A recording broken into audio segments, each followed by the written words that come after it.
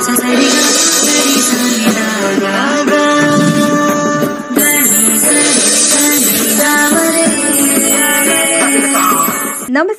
ನಕ್ಷತ್ರ ನಾಡಿ ವಿಶೇಷ ನೇರ ಪ್ರಸಾರ ಕಾರ್ಯಕ್ರಮಕ್ಕೆ ಸ್ವಾಗತ. ನಾನು ಧನುಶ್ರೀ. ಜ್ಯೋತಿಷ್ಯ ಶಾಸ್ತ್ರ, ವಾಸ್ತುಶಾಸ್ತ್ರ, ಭೂತಕಾಲ, ವರ್ತಮಾನ, ಭವಿಷ್ಯತ್ ಕಾಲ ಇದೆಲ್ಲದರ ಬಗ್ಗೆ ನಿಖರವಾದ ಮಾಹಿತಿಯನ್ನು ನೀಡುವ ಪಂಡಿತ ದಿನೇಶ್ ಗುರೂಜಿ ಅವರು ಇವತ್ತು ಕಾರ್ಯಕ್ರಮದಲ್ಲಿ ನಮ್ಮ ಜೊತೆ ಇದ್ದಾರೆ. ಅವರನ್ನ ಕಾರ್ಯಕ್ರಮಕ್ಕೆ ಸ್ವಾಗತ ಮಾಡೋಣ. ಗುರೂಜಿ ನಮಸ್ತೆ, ಕಾರ್ಯಕ್ರಮಕ್ಕೆ ಸ್ವಾಗತ. ಓಂ ಶ್ರೀ ಗುರುಭ್ಯೋ ನಮಃ. ಹರಿ ಓಂ. ಓಂ ಗೃಣಿ ಸೂರ್ಯಾಯ ಆದಿತ್ಯಾಯ ಓಂ. ಓಂ ನಮೋ ಭಗವತೆ ವಾಸುದೇವಾಯ. ಓಂ ನಮೋ ನಾರಾಯಣಾಯ. ನಮಸ್ಕಾರ ಎಲ್ಲರಿಗೂ. ಈ ಮಹಾಲಯ ಅಮಾವಾಸ್ಯೆಯ ಶುಭಾಶಯಗಳು. ಎಲ್ಲ ಪಿತೃಗಳಿಗೆ ದೋಷ ಹೋಗ್ತಕ್ಕಂಥ, ಜಾತಕದಲ್ಲಿರ್ತಕ್ಕಂಥ ದೋಷ ಹೋಗ್ತಕ್ಕಂಥ ಒಂದು ದಿವಸ. ಯಾರ್ಯಾರು ಈ ಒಂದು ಪಿತೃಪಕ್ಷ ಮಾಡ್ತಾರೆ ಅವ್ರಿಗೆಲ್ಲ ಒಳ್ಳೆಯದಾಗಲಿ. ಹಾಗೆ ಮಾಡದೇ ಇರತಕ್ಕಂಥವರು, ಹಿಂದಿನ ಸಂಚಿಕೆಯಲ್ಲಿ ಹೇಳಿದ್ದೆ, ಒಂದು ಮಣ್ಣಿನ ಹಣತೆ, ಅದರಲ್ಲಿ ಸಾಸಿವೆ ಎಣ್ಣೆ ದೀಪ,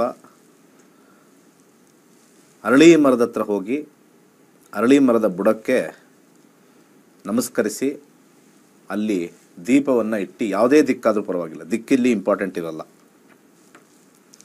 ಶಾಸ್ತ್ರದಲ್ಲಿ ಏನು ಹೇಳುತ್ತೆ ಅಂದರೆ, ಶನಿವಾರದ ದಿವಸ ದೇವಾನುದೇವತೆಗಳು ಅರಳಿ ಮರದಲ್ಲಿ ವಾಸ್ತವ್ಯವನ್ನು ತಗೊಳ್ತಾರಂತೆ.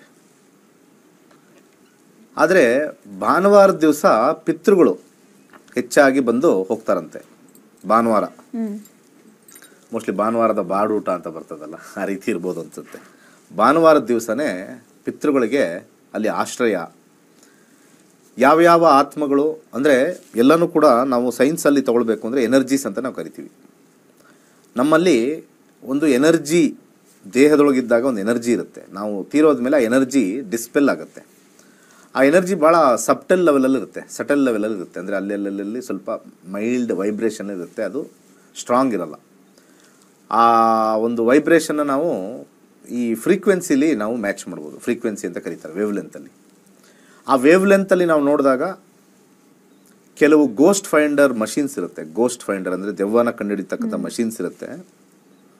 ಈ ಪಾಳು ಬಿದ್ದ ಜಾಗ ಅಥವಾ ಎಲ್ಲಿ ಸ್ವಲ್ಪ ಹೆಚ್ಚು ಜನರ ಸತ್ತಿರ್ತಕ್ಕಂಥ ಜಾಗ, ಅಲ್ಲೆಲ್ಲ ಹೋಗ್ಬಿಟ್ಟು ಆ ಮಷೀನ್ ಇಟ್ಟರೆ ಅಲ್ಲಿ ಕಂಪನಾಂಕಗಳು ವೇರಿ ಆಗುತ್ತೆ. ಸೊ ಆ ಕಂಪನಾಂಕಗಳಲ್ಲಿ ನಾವು ಅರ್ಥ ಮಾಡ್ಕೋಬೇಕು, ಓಕೆ ಇಲ್ಲಿ ಒಂದು ದುಷ್ಟಶಕ್ತಿ ಇದೆಯೋ ಅಥವಾ ಒಂದು ಆತ್ಮವಿದೆಯೋ ಅಂತ ಹೇಳಿ ಬರ್ತಕ್ಕಂಥದ್ದು ಗೋಸ್ಟ್ ಫೈಂಡರ್ ಮಷೀನ್ ಅಂತಲೇ ಇದೆ. ತುಂಬ ಜನ ಗೊತ್ತಿಲ್ಲ ಅದು. ಸೊ ಫಾರಿನಲ್ಲೆಲ್ಲ ಯೂಸ್ ಮಾಡ್ತಾರೆ ಅದು. ಇಲ್ಲೂ ಕೆಲವೊಂದು ಸಿನಿಮಾಗಳಲ್ಲಿ ನೋಡಿರ್ತೀವಿ, ಬಟ್ ಅದು ಸುಮ್ಮನೆ ಏನೋ ಅಲ್ಲಿ ಯೂಸ್ ಮಾಡಿರೋದು, ಅದನ್ನ ನಿಜ ಅಲ್ಲ ಅಂತ ಅನ್ಕೊಂಡಿರ್ತಾರೆ. ಇಲ್ಲ, ಅದು ಆ್ಯಂಟಿನಾ ಇರುತ್ತೆ. ಅದು ಒಂದು ವೇವ್ ಲೆಂತ್ ಮೇಲೆ ಹೋಗುತ್ತೆ. ಈಗ ಒಬ್ಬ ಕತ್ಲೆಯಲ್ಲಿ ಒಬ್ಬ ಮನುಷ್ಯ ಕೂತ್ಕೊಂಡ್ರೆ ಅದರಲ್ಲಿ ತೊಗೊಂಡೋದ್ರೆ ಅದು ಹೀಟ್ ವೇವ್ಸ್ ಬರುತ್ತೆ. ಹೀಟ್ ವೇವ್ಸ್ ಅದು ಅವರ ಅಂತ ಬರುತ್ತೆ. ಅದು ರೆಡ್, ಗ್ರೀನು, ಬ್ಲೂ ಎಲ್ಲ ಬರುತ್ತಲ್ಲ, ಅವರ ಕಾಣಿಸುತ್ತೆ. ಅದು ಹೀಟ್. ಇದನ್ನ ರಾತ್ರಿ ಹೊತ್ತು ಕೆಲವೊಂದು ಮ್ಯಾಮಲ್ಸ್, ಅಂದರೆ ವಾರ್ಮ್ ಬ್ಲಡ್ ಇರ್ತಕ್ಕಂಥದ್ದು, ಹಾಟ್ ಬ್ಲಡ್ ಇರ್ತಕ್ಕಂಥ ಮ್ಯಾಮಲ್ಸು ನ ಹುಡ್ಕೊಂಡು ಹೋಗಿ ಯೂಸ್ ಮಾಡ್ತಾರೆ. ರಾತ್ರಿ ಹೊತ್ತು ಕಾಣಿಸಲ್ವಲ್ಲ, ನಾಕ್ಟರ್ನಲ್ ಅನಿಮಲ್ಸ್ನ ಫೈಂಡ್ ಔಟ್ ಮಾಡೋಕ್ಕೆ ಅಲ್ಲಿ ಮೈದಲ್ಲಿ ರೆಡ್ಡು ಅದರ ಅವರ ಎಲ್ಲ ಬರುತ್ತೆ. ಅಂದರೆ ವೇವ್ ಲೆಂತ್ ಗೊತ್ತಾಗುತ್ತೆ. ಅಂದರೆ ಬಾಡಿ ಒಳಗಡೆ ಒಂದು ವೇವ್ ಲೆಂತ್ ಇರುತ್ತೆ. ಯಾವಾಗ ಬಾಡಿ ಹೋಗುತ್ತೋ ಬರೀ ಸ್ಪಿರಿಟ್ ಇರುತ್ತೆ. ಸ್ಪಿರಿಟ್ಗೊಂದು ಸಣ್ಣ ವೇವ್ ಲೆಂತ್ ಇರುತ್ತೆ. ಆ ವೇವ್ ಲೆಂತನ್ನೇ ನಮ್ಮ ಋಷಿಮುನಿಗಳು ದೆವ್ವ, ಭೂತ, ಪಿಚಾಚಿ ಅಂತ ಕರೀತಾರೆ. ಆ ವೇವ್ ಲೆಂತ್ ಒಂದು ಸತಿ ನಮಗೆ ಅಟ್ಯಾಕ್ ಆಗುತ್ತೆ, ಮೈಂಡಿಗೆ, ಬಾಡಿಗೆ ಎಲ್ಲ ಅಟ್ಯಾಕ್ ಆಗುತ್ತೆ.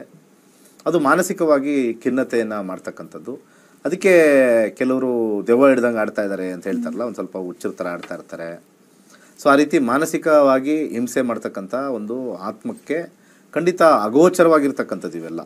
ಇದು ಎಕ್ಸ್ಪ್ಲನೇಷನ್ ಮಾಡೋದು ಕಷ್ಟ, ಅನುಭವಕ್ಕೆ ಬರ್ತಕ್ಕಂಥ ಒಂದು ವಿಚಾರ ನಮ್ಮದಿದೆ. ದೆವ್ವ ಇಲ್ಲ, ಭೂತ ಇಲ್ಲ ಅಂತಂದರೆ ಅನುಭವ ಪಟ್ಟಿಲ್ಲ ಯಾರೂ ಕೂಡ. ತುಂಬ ಜನ ಹೇಳ್ತಾರೆ, ನನಗೆ ದೆವ್ವ ಇಲ್ಲಿದೆ ತೋರ್ಸೋಕ್ಕೆ ಅದು ಆಗಲ್ಲ. ಅದು ತೋರ್ಸೋಕ್ಕೆ, ಈಗ ಗಾಳಿನ ತೋರಿಸು ಅಂದರೆ ಎಲ್ಲಿ ತೋರಿಸೋದು?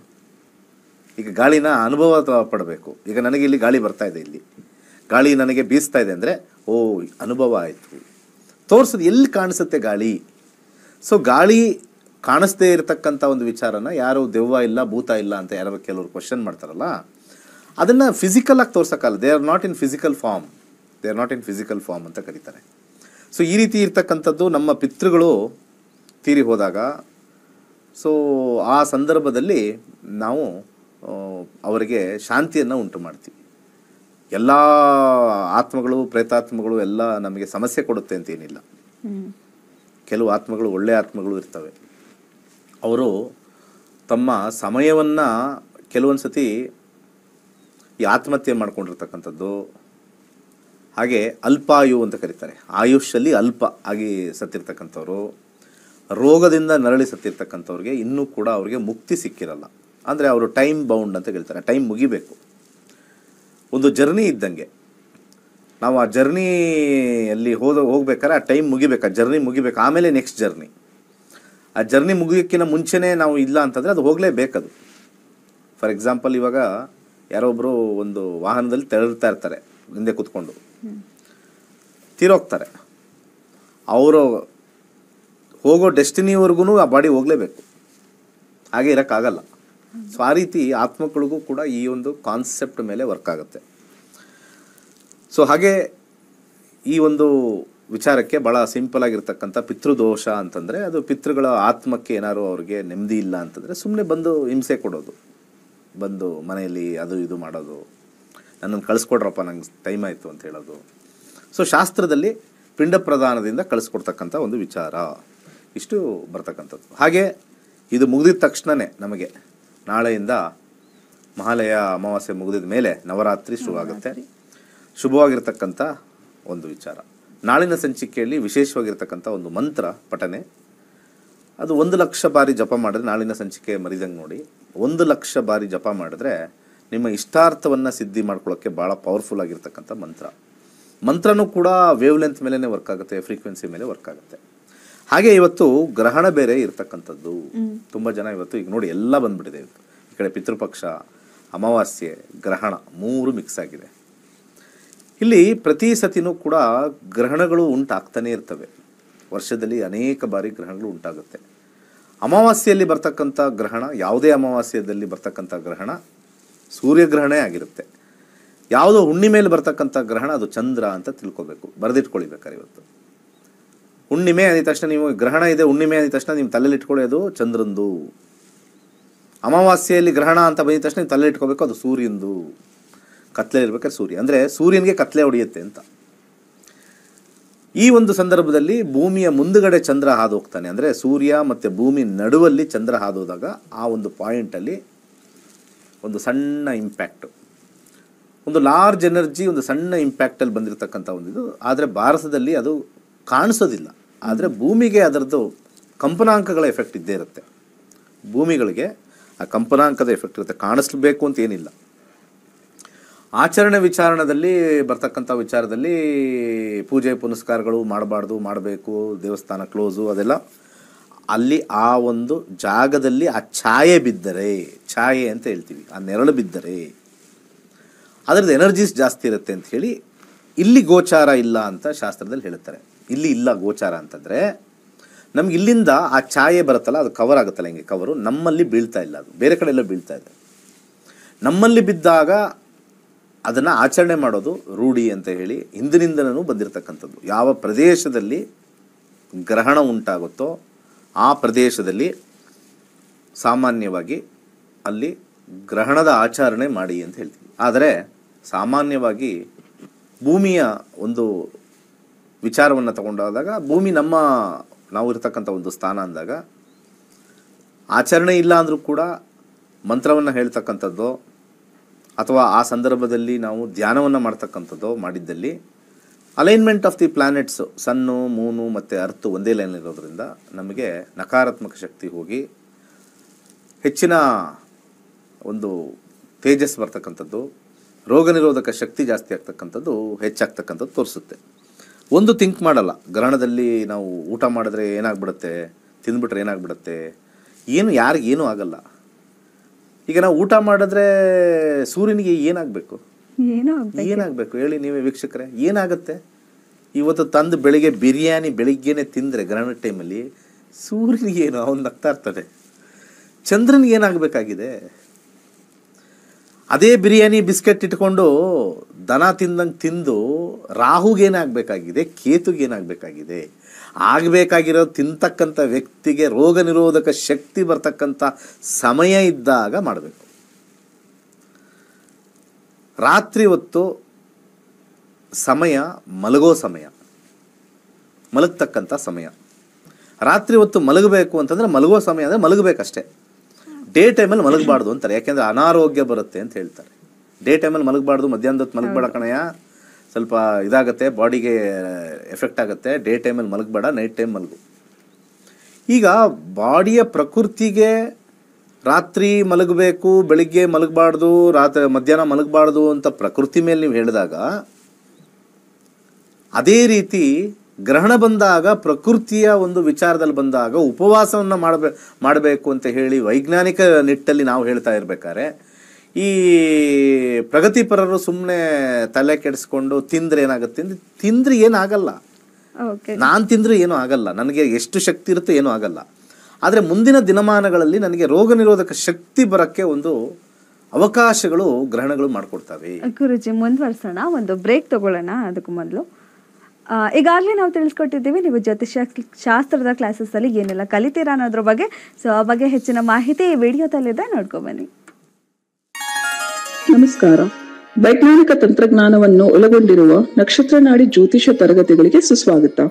ಈ ತರಗತಿಗಳಲ್ಲಿ ಗುರುಜಿಯವರು ಕಲಿಸಿಕೊಡಲಿರುವ ವಿಚಾರಗಳೇನೆಂದರೆ, ನಮ್ಮ ಬ್ರಹ್ಮಾಂಡದ ಸೃಷ್ಟಿ, ವಿಷ್ಣುವಿನ ದಶಾವತಾರಗಳಲ್ಲಿ ವೈಜ್ಞಾನಿಕ ಆಧಾರ, 4 ಯುಗಗಳು, ಉತ್ತರ ಧ್ರುವದ ಪ್ರಾಮುಖ್ಯತೆ, ನಕ್ಷತ್ರಗಳು, ರಾಶಿಗಳು, ರಾಹು ಮತ್ತು ಕೇತು ಪುರಾಣ, ರಾಶಿ ಚಕ್ರದಲ್ಲಿ 27 ನಕ್ಷತ್ರಗಳ ಸ್ಥಾನ, ರಾಶಿ ಚಕ್ರದ ಡಿಗ್ರಿ ಲೆಕ್ಕಾಚಾರ, ನಕ್ಷತ್ರದ 108 ಪಾದಗಳು, ದಶಾ ಲೆಕ್ಕಾಚಾರ, ರಾಶಿ ಚಕ್ರದ ಗುಣಲಕ್ಷಣಗಳು, ಲಗ್ನದ ಪ್ರಾಮುಖ್ಯತೆ, ಲಗ್ನ ಲೆಕ್ಕಾಚಾರ, ದಿನದಲ್ಲಿ ಲಗ್ನವನ್ನು ಕಂಡುಹಿಡಿಯುವ ಸರಳ ಲೆಕ್ಕಾಚಾರ, ಲಗ್ನದಿಂದ ವಿವಿಧ ಮನೆಗಳಿನ ಗ್ರಹಗಳು, ನಕ್ಷತ್ರ ನಾಡಿ ತತ್ವಗಳು, ಗ್ರಹಾಧಿಪತಿ, ನಕ್ಷತ್ರಾಧಿಪತಿ, ಉಪನಕ್ಷತ್ರಾಧಿಪತಿ ಲೆಕ್ಕಾಚಾರ, ಪ್ರಶ್ನಾಶಾಸ್ತ್ರದ 249 ವಿಭಾಗಗಳ ಲೆಕ್ಕಾಚಾರ, ವಿಶ್ಲೇಷಣೆಯಲ್ಲಿ ದಶ, ಭುಕ್ತಿ, ಅಂತರ್ಭುಕ್ತಿಯ ಅರ್ಥ, ಜಾತಕದಲ್ಲಿ ಶಿಕ್ಷಣಕ್ಕೆ ಆಯ್ದುಕೊಳ್ಳಬಹುದಾದ ಕೋರ್ಸ್, ಉದ್ಯೋಗ ಅಥವಾ ವ್ಯವಹಾರದಲ್ಲಿ ಕ್ಷೇತ್ರದ ಆಯ್ಕೆ, ಯಶಸ್ಸಿನ ಲೆಕ್ಕಾಚಾರ, ಮದುವೆ ವಿಚಾರದಲ್ಲಿ ಸಂಯೋಗಗಳು, ತೊಂದರೆಗಳು, ಸಂತಾನದಲ್ಲಿ ತೊಂದರೆಗಳು, ವಿಳಂಬವಾಗುವುದು, ಆಸ್ತಿ ಅಥವಾ ವಾಹನ ಖರೀದಿಯಲ್ಲಿ ಸಮಯವನ್ನು ತಿಳಿಯುವುದು, ಆರೋಗ್ಯ ವಿಚಾರಗಳಲ್ಲಿ ಶುಭ ಅಶುಭ ಸಮಯದ ಲೆಕ್ಕಾಚಾರ, ಆರೋಗ್ಯ ಸಮಸ್ಯೆಗಳು ಉಂಟಾಗುವ ಸಮಯ ಮುಂತಾದ ವಿಚಾರಗಳ 3 ಹಂತದಲ್ಲಿ ಶುಭ ಅಶುಭ ಸಂಯೋಗಗಳ ವಿಭಜನೆ, ಪವರ್ ಪೊಸಿಷನ್, ಪುಷ್ಪುಲ್ ಸಿದ್ಧಾಂತ, ಗೋಚಾರದ ವಿಶ್ಲೇಷಣೆ, ಆಯ್ದ ಸೆಲೆಬ್ರಿಟಿ ಜಾತಕಗಳ ವಿಶ್ಲೇಷಣೆ, ಪರಿಹಾರಗಳು, ರತ್ನಗಳು, ರುದ್ರಾಕ್ಷಿ, ಮಂತ್ರ, ಕಲರ್ ಥೆರಪಿ, ದಾನದ ಪರಿಕಲ್ಪನೆ, ಇನ್ನು ಅನೇಕ ವಿಚಾರಗಳ ಬಗ್ಗೆ ಅತ್ಯಂತ ಸರಳವಾಗಿ ಗುರುಜಿಯವರು ತರಗತಿಯಲ್ಲಿ ತಿಳಿಸಿಕೊಡುತ್ತಿದ್ದಾರೆ. ಈ ತರಗತಿ ಜೊತೆಗೆ ಅತ್ಯಾಧುನಿಕ ತಂತ್ರಜ್ಞಾನದಿಂದ ಬಳಕೆಯಲ್ಲಿರುವ ಗೋಲ್ಟ್ರಿ ಆಸ್ಟ್ರೋ ಆಪ್ ಮೂಲಕ ಜಾತಕವನ್ನು ಪರಿಶೀಲಿಸುವ ಸುಲಭವಾದ ತಂತ್ರಗಳು ಗುರುಜಿಯವರು ತಿಳಿಸಿಕೊಡುತ್ತಾರೆ. ಜೀವನಕ್ಕೆ ಅಗತ್ಯವಾಗಿರುವ ವಿಚಾರಗಳನ್ನು ತಿಳಿಯಲು ಇಂದೇ ನಕ್ಷತ್ರ ನಾಡಿ ತರಗತಿಯನ್ನು ಸೇರಿ ನಿಮ್ಮ ಜೀವನದ ವಿಚಾರಗಳಿಗೆ ಮಾರ್ಗದರ್ಶಿಯಾಗಿರುವ ಜ್ಯೋತಿಷ್ಯವನ್ನು ಅಳವಡಿಸಿಕೊಳ್ಳಿ. ಹೆಚ್ಚಿನ ಮಾಹಿತಿಗೆ ಇಂದೇ ನಮ್ಮ ನಕ್ಷತ್ರ ನಾಡಿಯನ್ನು ಸಂಪರ್ಕಿಸಿ. ಧನ್ಯವಾದಗಳು. ನಾನು ಪ್ರತಿದಿನ ಕೂಡ ತಿಳಿಸ್ಕೊಟ್ಟಿದ್ದೀನಿ. ಜ್ಯೋತಿಷ್ಯ ಶಾಸ್ತ್ರದ ಕ್ಲಾಸಸ್ 24ನೇ ತಾರೀಕಿಂದ ಶುರು ಅಂತ, ಜೊತೆಗೆ ಇವತ್ತು ಫ್ರೀ ಕ್ಲಾಸಸ್ ಗುರುಜಿಯವರು ಕಂಡಕ್ಟ್ ಮಾಡ್ತಾ ಇದ್ದಾರೆ. ಇನ್ನೂ ಕೂಡ ಸಮಯಾವಕಾಶ ಇದೆ, ಸಂಜೆ ಕ್ಲಾಸಸ್ ಶುರು ಆಗ್ತದೆ. ಯಾರೆಲ್ಲ ಇಂಟ್ರೆಸ್ಟ್ ಇದೆ, ಜ್ಯೋತಿಷ್ಯವನ್ನು ಕಲಿಬೇಕು ಅಂತ ಅಂದ್ಕೊಂಡಿದ್ದೀರಾ, ನಮ್ಮ ಸ್ಕ್ರೀನ್ ಮೇಲೆ ಕಾಣ್ತಿರೋ ನಂಬರ್ಗೆ ಕಾಂಟ್ಯಾಕ್ಟ್ ಮಾಡಿ ಇವತ್ತು ನೀವು ಫ್ರೀ ಕ್ಲಾಸಸ್ಗೆ ಜಾಯಿನ್ ಆಗ್ಬೋದು. ಆ್ಯಂಡ್ ಸಂಜೆ ಗುರುಜಿಯವರ ಕ್ಲಾಸಸ್ಸನ್ನು ತಗೊಳ್ತಾರೆ. ಗುರುಜಿ, ಸದ್ಯಕ್ಕೆ ಒಬ್ರು ಕಾಲರ್ ಇದ್ದಾರೆ, ಮಾತಾಡೋಣ. ಹಲೋ ಮೇಡಮ್, ನಮಸ್ತೆ. ಏನ್ ಹೆಸರು, ಎಲ್ಲಿಂದ ಕರೆ ಮಾಡ್ತಿದ್ದೀರಾ? ನಮಸ್ತೆ ಮೇಡಮ್, ನಾನು ಮಂಜುಳಾ, ಮೈಸೂರಿಂದ ಮಾತಾಡ್ತಾ ಇರೋದು. ಓಕೆ, ಯಾರ ಬಗ್ಗೆ ಕೇಳಬೇಕಿತ್ತು? ನಮ್ಮ ಬಗ್ಗೆನೇ ಕೇಳಬೇಕಿತ್ತು ಮೇಡಮ್. ಡೇಟ್ ಆಫ್ ಬರ್ತ್ ಹೇಳ್ತೀರಾ? ಇಲ್ಲ ಮೇಡಮ್, ಪ್ರಶ್ನೆ ಶಾಸ್ತ್ರ. ಓಕೆ, 1 ರಿಂದ 249 ಸಂಖ್ಯೆ ಹೇಳಿ. 5 ಮೇಡಮ್. 5. ಏನ್ ಪ್ರಶ್ನೆ ಇದೆ ಕೇಳಿ. ಅದೇ ಮನೆ ಸೈಟ್ ತಗೋಬೇಕು ಅಂತ 2 ವರ್ಷದಿಂದ ಇದ್ ಮಾಡ್ತಾ ಇದೀವಿ, ಯಾವ್ದು ಸರಿ ಹೋಯ್ತಾ ಇಲ್ಲ, ಅದಕ್ಕೆ ಕೇಳದ ಗುರುಜಿಯವರ ಹತ್ರ ಅಂತ ಮಾಡಿದೆ ಮೇಡಮ್. ನಮಸ್ಕಾರ. ನಮಸ್ಕಾರ ಸರ್. ಪ್ರಶ್ನಾಶಾಸ್ತ್ರದಲ್ಲಿ ಮನೆಯ ವಿಚಾರವನ್ನು ನಾವು ತಗೊಳ್ಬೇಕಾದ್ರೆ ಪ್ರಾಪರ್ಟಿ ವೆಹಿಕಲ್ ಹಾಕ್ತೀವಿ. ಇಲ್ಲಿ ಶುಕ್ರನ ಒಂದು ಅಂಶದಲ್ಲಿ ಮತ್ತು ಕೇತುವಿನ ಅಂಶದಲ್ಲಿ ಯಾರಿಗಾರು ಮನಸ್ಸಲ್ಲಿ ಏನಾದ್ರು ಕಾರ್ ತಗೋಬೇಕು, ಗಾಡಿ ತಗೋಬೇಕು ಅಂತ ಇರ್ತದೆ ನೋಡಿ. ಮನೆಯಲ್ಲಿ ಶುಕ್ರನ ಅಂಶ ಬಂದಾಗ ಮನೆ ತಗೊಳಕ್ ಬರಲ್ಲ, ಫಸ್ಟ್ ಗಾಡಿ ತಗೊಳ್ಳೋಣ ಅಂತ ಬರುತ್ತೆ. ಅದೇ ಗುರುಜಿ, 2 ವರ್ಷದಿಂದ ಪ್ರಯತ್ನ ಪಡ್ತಾ ಇದೀವಿ, ಯಾವ್ದು ಸರಿ ಆಯ್ತಲ್ಲ, ಅದಕ್ಕೆ ಕೇಳ್ಬೇಕು ಅನ್ಕೊಂಡ್ ಮಾಡಿದೆ. ಇಲ್ಲಿ ಆಲ್ರೆಡಿ ನಾವು ಪ್ರಶ್ನಾಶಾಸ್ತ್ರ ಹಾಕ್ಬೇಕಾದ್ರೆ ಡಿಫಿಕಲ್ಟಿ ಅಂತ ಬರುತ್ತೆ. ಇದು ಇದು ಸೇಲ್ ಆಫ್ ಪ್ರಾಪರ್ಟಿ ಬರುತ್ತೆ, ಪರ್ಚೇಸ್ ಬರಲ್ಲ. ಈ 3ನೇ ಮನೆ ಯಾವಾಗಲೂ ಕೂಡ ಪರ್ಚೇಸ್ ಬರೋದಿಲ್ಲ. ಇದಕ್ಕೆ ನೀವು ಸತತವಾಗಿ ದಾನಗಳನ್ನು ಸಜೆಸ್ಟ್ ಮಾಡ್ತೀನಿ. ಗುರುವಿನ ಅಂಶದಲ್ಲಿ ದಾನ ಮಾಡ್ತಾ ಬನ್ನಿ 3 ತಿಂಗಳು. ಅದಾದ ನಂತರ ನಿಮಗೆ ಒಂದು ಸ್ವಲ್ಪ ಬದಲಾವಣೆ ತರುತ್ತೆ. ಗುರುವಿನ ವಿಚಾರದಲ್ಲಿ ಬಡವರಿಗೆ ಕಡಲೆಕಾಳನ್ನು ದಾನ ಮಾಡಿ, ಹಾಗೆ ಗುರುವಾರ ಯಾವುದಾದ್ರು ದೇವಸ್ಥಾನಕ್ಕೆ ಅರಿಶಿಣವನ್ನು ದಾನ ಮಾಡಿ, ಹಾಗೆ ಅದೇ ಗುರುವಾರ ಬಡವರಿಗೆ ಬಾಳೆಹಣ್ಣನ್ನು ಇಷ್ಟನ್ನು ದಾನ ಮಾಡಿ. ನಿಮಗೆ 3 ತಿಂಗಳಾದ ಮೇಲೆ ಮನಸ್ಸು ಬರುತ್ತೆ, ಮತ್ತೆ ಒಂದು ಒಳ್ಳೆ ಕಡೆ ಜಾಗ ಸಿಗುತ್ತೆ. ಒಳ್ಳೇದಾಗಲಿ. ಓಕೆ, ಧನ್ಯವಾದ ಮೇಡಮ್ ಕರೆ ಮಾಡಿದ್ದಕ್ಕೆ. ಮತ್ತೊಬ್ರು ಕಾಲರ್ ಇದ್ದಾರೆ. ಹಲೋ, ಹಲೋ, ನಮಸ್ತೆ. ಏನ್ ಹೆಸರು, ಎಲ್ಲಿಂದ ಕರೆ ಮಾಡ್ತಾ ಇದ್ದೀರಾ? ನಾವು ಮಂಡ್ಯದಿಂದ ಪುರುಷೋತ್ತಮ್ ಅಂತ. ಓಕೆ, ಯಾರ ಬಗ್ಗೆ ಕೇಳಬೇಕಿತ್ತು? ನನ್ನ ಮಗನ ಬಗ್ಗೆ ಮೇಡಮ್. ಡೇಟ್ ಆಫ್ ಬರ್ತ್ ಹೇಳಿ ಅವ್ರದ್ದು. 16/5/94. 16/5/94. ಹುಟ್ಟಿದ ಸಮಯ 6:35 AM. ಬೆಳಗ್ಗೆನಾ? ಸರಿ, ಓಕೆ. ಹುಟ್ಟಿದೂರು ಮಂಡ್ಯ. ಮಂಡ್ಯ. ಏನ್ ಪ್ರಶ್ನೆ ಇದೆ ಕೇಳಿ ಸರ್, ಗುರುಜಿ ಇರ್ತಾರೆ, ಮಾತಾಡಿ. ನಮಸ್ತೆ ಗುರುಗಳೇ. ನಮಸ್ಕಾರ. ನಮ್ಮ ಹುಡುಗಂದು MBBS ಕಂಪ್ಲೀಟ್ ಆಗಿದೆ. ಹೈಯರ್ ಎಜುಕೇಶನ್ ಟ್ರೈ ಮಾಡ್ತಾ ಇದ್ದಾರೆ ಅಬ್ರಾಡ್ ಅಲ್ಲಿ, ಆಸ್ಟ್ರೇಲಿಯಾದ್ದು. ಎಕ್ಸಾಮ್ ತಗೋಬೇಕು, ಯಾವಾಗ ಹೋಗ್ತಾನೆ ಅಂತ ಗುರುಗಳೇ. ಹಾಗೆ ಇವತ್ತು ಫ್ರೀ ಕ್ಲಾಸ್ ಇದೆ, ಕುತ್ಕೊಳ್ಳಿ. ಲಕ್ಷಾಂತರ ರೂಪಾಯಿ ಖರ್ಚು ಮಾಡ್ತಾರೆ MBBS ಓದಕ್ಕೆ. 7,000 ರೂಪಾಯಿ ನಾವು ಸ್ಟೂಡೆಂಟ್. 28 ರಾಹು ಬಂದಿದೆಯಲ್ಲ, 28 ಸೆಪ್ಟೆಂಬರ್ ಆದ್ಮೇಲೆ ರಾಹು ಸ್ಟಾರ್ಟ್ ಆಗಿದೆಯಲ್ಲ. ರಾಹು ಬಂದಿದ ತಕ್ಷಣನೇ ಡೆಫಿನೆಟ್ಲಿ ಹೋಗ್ತಾರೆ. ಅರ್ಥ ಆಯ್ತಾ? ರಾಹು ಬಂದಿದೆ 2026 ಫೆಬ್ರವರಿ ಆದಮೇಲೆ ಅಬ್ರಾಡ್ಗೆ ಹೋಗ್ತಾರೆ. ಒಳ್ಳೇದಾಗಲಿ. ಓಕೆ, ಧನ್ಯವಾದ ಸರ್ ಕರೆ ಮಾಡಿದ್ದಕ್ಕೆ. ಮತ್ತೊಬ್ರು ಕಾಲರ್ ಇದ್ದಾರೆ. ಹಲೋ. ಹಲೋ, ನಮಸ್ಕಾರ ಮೇಡಮ್. ಮೇಡಮ್ ನಮಸ್ತೆ. ಏನ್ ಹೆಸರು, ಎಲ್ಲಿಂದ ಕರೆ ಮಾಡ್ತಾ ಇದ್ದೀರಾ? ನಾವು ಶಿವಮೊಗ್ಗ ಜಿಲ್ಲೆಯಿಂದ, ಭದ್ರಾವತಿ ತಾಲೂಕು. ಓಕೆ ಮೇಡಮ್, ಯಾರ ಬಗ್ಗೆ ಕೇಳಬೇಕಿತ್ತು? ನಮ್ದು ಒಂದ್ ಸ್ವಲ್ಪ ಜಾಗದ ಬಗ್ಗೆ ಕೇಳಬೇಕಿತ್ತು. ಸರಿ, ಪ್ರಶ್ನಾಶಾಸ್ತ್ರದಲ್ಲಿ ಕೇಳಿ. 1ರಿಂದ 249 ಒಂದು ಸಂಖ್ಯೆ ಹೇಳಿ. 12 ಮೇಡಮ್. 12. ಓಕೆ ಮೇಡಮ್, ಗುರುಜಿ ಇದ್ದಾರೆ, ಮಾತಾಡಿ. ಏನ್ ಪ್ರಶ್ನೆ ಇದೆ ಕೇಳಿ. ಜಾಗದ ಬಗ್ಗೆ ನೋಡಬೇಕು ಅಂದ್ರೆ 4ನೇ ಕಸ್ಪ್ ಅಂತ ಹೇಳುತ್ತೆ. 4ನೇ ಕಸ್ಪ್ ನೋಡಿದ್ರೆ ಏನು ವಿಚಾರದಲ್ಲಿ ಹೇಳುತ್ತೆ ಹೇಳಿ. ಸರ್, ನಮ್ದೊಂದ್ ಜಾಗ. ನಮಸ್ಕಾರ ಸರ್. ಹೇಳಿ, ಬೇಗ ಹೇಳಿ. ಅದೇ ನಮ್ದೊಂದ್ ಜಾಗ ಹೆಸರಿಗೆ ಆಗ್ತಿಲ್ಲ, ತುಂಬಾ ದಿವಸದಿಂದ ಇದಾಗ್ತಾ ಇದೆ. ಅದಕ್ಕೆ ಸ್ವಲ್ಪ ನಮ್ಮ ಮಾವನ ಹೆಸರಿಗೆ 5 ಅಂತಂದ್ರೆ 4 ಅಂದ್ರೆ ನಮ್ಮ ಹೆಸರು ಇರುತ್ತೆ, 5 ಅಂದ್ರೆ ಬೇರೆಯವ್ರ ಹೆಸರು. ಅಲ್ಲಿಂದ ಇಲ್ಲಿ ಕನ್ವರ್ಟ್ ಆಗ್ಬೇಕು ಅಂದ್ರೆ ಲಾಭ ಬರಬೇಕು. ಇಲ್ಲಿ ಕೂತು ಮಾತಾಡಬೇಕು. ಅರ್ಥ ಆಯ್ತಾ? ಕೂತು ಮಾತಾಡಿದಾಗ ಆಗುತ್ತೆ. ದಶಾಭುಕ್ತಿಗಳಲ್ಲಿ ಈಗ ನೀವು ಸೂರ್ಯ ದಶೆಯಲ್ಲಿ ಪ್ರಶ್ನೆ ಕೇಳಿದ್ದೀರಾ. 2025 ಡಿಸೆಂಬರ್ಗೆ ಸೂರ್ಯ ಭುಕ್ತಿ ಮುಗಿಯುತ್ತೆ. ಚಂದ್ರ ಭುಕ್ತಿ ನೋಡೋಣ. ಚಂದ್ರ ಭುಕ್ತಿಲಿ 4 ಅಂತ ಇದೆಯಾ ಅಂತ ನೋಡೋಣ. ಎಲ್ಲ ಕಡೆ 5 ಅಂತಲೇ ಬರುತ್ತೆ. ಯಾವಾಗಲೂ 5 ಬಂತು ಅಂತಂದರೆ ನಿಮ್ಮ ಹೆಸರಲ್ಲಿ ಆಗೋಕ್ಕೆ ತಕರಾರು, ಸಮಸ್ಯೆ. ಆದರೆ ಇವತ್ತಲ್ಲ ನಾಳೆ ಆಗೇ ಆಗುತ್ತೆ. ಯಾಕೆಂದರೆ ಕಸ್ಪಲಲ್ಲಿ 11 ಬಂದಿರೋದ್ರಿಂದ. ಯಾವತ್ತೇ ಆಗಲಿ ನಮ್ಮ ಜಾತಕದಲ್ಲಿ 5ನೇ ಮನೆ ಬರಬಾರ್ದು. 4ನೇ ಮನೆಗೆ ಹಿಂದಿನ ಮನೆ 3, ಮುಂದಿನ ಮನೆ 5 ಇವೆರಡೂ ಬಂದರೆ ಮನೆ ಸಿಗೋದಿಲ್ಲ. ಇಂಥ ಜ್ಯೋತಿಷ್ಯನ ಬಂದು ಕಲೀರಿ, ಗೊತ್ತಾಗ್ಬಿಡುತ್ತೆ. ಆದರೆ 4 ಅಂತ ಬರ್ತಕ್ಕಂಥ ಒಂದು ವಿಚಾರದಲ್ಲಿ ಇಲ್ಲಿ 4ನ ನಾವು ಹುಡ್ಕೊಂಡು ಹೋಗ್ಬೇಕು ಯಾವಾಗ ಸಿಗುತ್ತೆ ಅಂತ. ಇಲ್ಲಿ ಬಂದಿರತಕ್ಕಂಥ ಒಂದು ಕಾಂಬಿನೇಷನಲ್ಲಿ ರಾಹುನಲ್ಲಿ 4 ಇದೆ. ಅದು ಬಿಟ್ಟರೆ ಬೇರೆ ಗ್ರಹದಲ್ಲಿ ಸೂರ್ಯ, ಚಂದ್ರ ಮತ್ತು ಬಂದಿರತಕ್ಕಂಥ ಚಂದ್ರನಲ್ಲಿ 4 ಅಂಡರ್ಗ್ರೌಂಡಲ್ಲಿದೆ. ಫೋರ್ಸಿಂದ ಸಿಗುತ್ತೆ, ಅಷ್ಟು ಈಸಿಯಾಗಿ ಸಿಗಲ್ಲ. ಎಷ್ಟು ವರ್ಷದಿಂದ ನೋಡ್ತಾ ಇದ್ದೀರಾ? ಇವಾಗ ಒಂದು 30-40 ವರ್ಷದಿಂದನೂ ಟ್ರೈ ಮಾಡ್ತಿದ್ವಿ ಸರ್, ಆಗ್ತಿಲ್ಲ ಅದು. ಏನು ಹುಟ್ಟಿದ ತಕ್ಷಣ ಟ್ರೈ ಮಾಡಿದ್ರಾ? ಇಲ್ಲ ಸರ್, ಅದು ಜಾಗ ಅವಾಗಿನ ಕಾಲದಲ್ಲಿ ಸುಮ್ನೆ ಬಂದು ಒಂದ್ ಮನೆ ಅಂತ ಮಾಡ್ಕೊಂಡಿತ್ತು. ಸುಮ್ಮನೆ ಅಲ್ಲೇ ಕುತ್ಕೊಳ್ಳಿ. ಯಾಕೆಂದ್ರೆ ಎಲ್ಲಾ ಕಡೆ 5 ಬಂದಾಗ ಕಷ್ಟ. ಎಲ್ಲಿ ನೋಡಿದ್ರು 5 ಇದೆ. ಅದನ್ನ ಕುತ್ಕೊಂಡು ಅನುಭವಿಸ್ಕೊಳ್ಳಿ. ಎಲ್ಲ ಕಡೆ 3 ಇದೆ. 4 ಅನ್ನೋದು ಬರಬೇಕು. ಆ ಗ್ರಹಗಳು ಹೇಳ್ಬಿಡ್ತವೆ ಇವ್ರಿಗೆ ಯೋಗ ಅಷ್ಟು ಕೊಡೋದಿಲ್ಲ ಅಂತ. ಆದ್ರೆ ಎಲ್ಲೋ ಒಂದು ಕಡೆ ಅಲ್ಲೇ ಕುತ್ಕೊಂಡು ಲಾಭ ತಗೊಳ್ಳಿ. ಹೆಸರಲ್ಲಿ ಬರೋದೇನಿದೆ ಅಲ್ಲಿ ಅಲ್ವಾ? ಕುತ್ಕೊಳ್ಳಿ ಅಲ್ಲೇ. ಹೆಸರಲ್ಲಿ ಒಂದು ಬರ್ಬೇಕಲ್ವಾ? ಅದ್ರ ಬದಲು ಅಲ್ಲೇ ಕುತ್ಕೊಂಡು ಲಾಭ ತಿನ್ನಿ, ಬಾಡಿಗೆ ತಿನ್ನಿ. ನೆಕ್ಸ್ಟ್ ಮುಂದಿನ. ಓಕೆ, ಧನ್ಯವಾದ ಮೇಡಮ್ ಕರೆ ಮಾಡಿದ್ದಕ್ಕೆ. ಗುರುಜಿ ಸಮಯಾವಕಾಶ ಆಗಿದೆ. ಸೊ ಇವತ್ತಿನ ಕಾರ್ಯಕ್ರಮದಲ್ಲಿ ಇವತ್ತು ಫ್ರೀ ಕ್ಲಾಸ್ಗೆಲ್ಲ ಬನ್ನಿ. ಸಂಜೆ 8 ಗಂಟೆಗೆ ಉಚಿತ ತರಗತಿ ಇದೆ. ಮೇಲ್ಗಡೆ ಇರ್ತಕ್ಕಂಥ ಸಂಖ್ಯೆಗಳಿಗೆ ಮೆಸೇಜ್ ಮಾಡಿ ಗ್ರೂಪ್ಗೆ ಸೇರಿಸ್ತಾರೆ. ಜ್ಯೋತಿಷ್ಯ ಎಷ್ಟು ಸುಲಭ ಆಗುತ್ತೋ ಇಲ್ವೋ ಹೇಳ್ಬಿಡುತ್ತೆ. ಅದನ್ನು ನೋಡಿಕೊಂಡು ನಾವು ಜೀವನ ಮಾಡ್ಬೋದು. ಮುಂದೆ ಹಿಂದಿನ ಕಾಲದಲ್ಲಿ ಭಾಳ ಹಿಂದೆ ಎಲ್ಲ ಜ್ಯೋತಿಷ್ಯ ಕೇಳಕ್ಕೆ ಹೋಗ್ತಾ ಇದ್ರು. ಈಗ ನಮ್ಮ ಜೀವನ ನಾವೇ ನೋಡ್ಕೊಳ್ಳೋಕ್ಕೆ ಜ್ಯೋತಿಷ್ಯ ಬಹಳ ಸಹಾಯ ಮಾಡುತ್ತೆ.